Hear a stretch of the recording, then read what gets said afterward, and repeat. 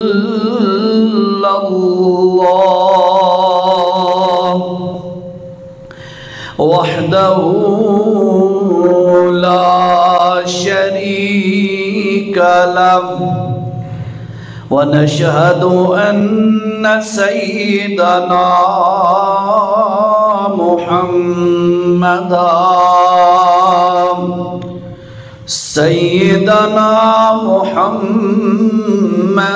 عبده ورسوله أما بعد فأعوذ بالله من الشيطان الرجيم بسم الله الرحمن الرحيم فكان قاب قوسين أو أدنى فأوحى إلى عبده ما أوحى ما كذب الفؤاد ما رأى أفتمارونه على ما يرى ولقد رآه نزلة أخرى عند سدرة المنتهى عندها جنة المأوى صدق الله العظيم.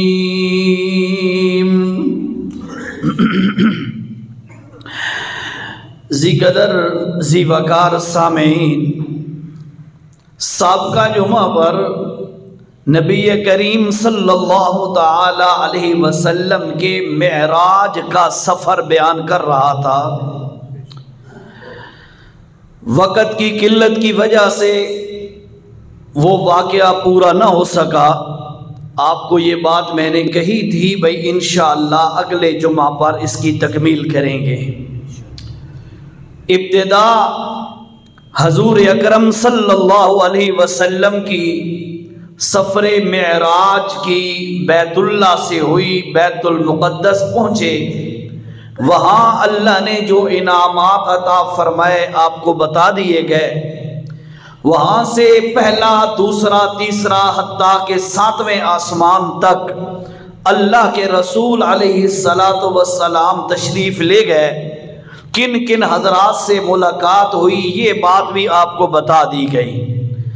اور پھر اس کے بعد اللہ کے پاک پیغمبر 7 آسمانوں سے اوپر سدرۃ المنتہا پر پہنچے۔ وہاں آپ صلی اللہ علیہ وسلم نے کیا کچھ دیکھا وہ باتیں آپ کو کچھ بتائی گئی تھیں، اور وہیں سے آج بات آگے سٹارٹ کرنی ہے۔ پچھلے جمعے میں خلاصہ آ گیا نا، سارا ذہن جا گئی یہ گل۔ اچھا، حضور اکرم صلی اللہ علیہ وسلم نے فرمایا سدرۃ المنتہا پہ میں پہنچا، بہت بڑا درخت ہے بیر کا، بیری کا، سدرہ کا معنی بیر ہوتا ہے۔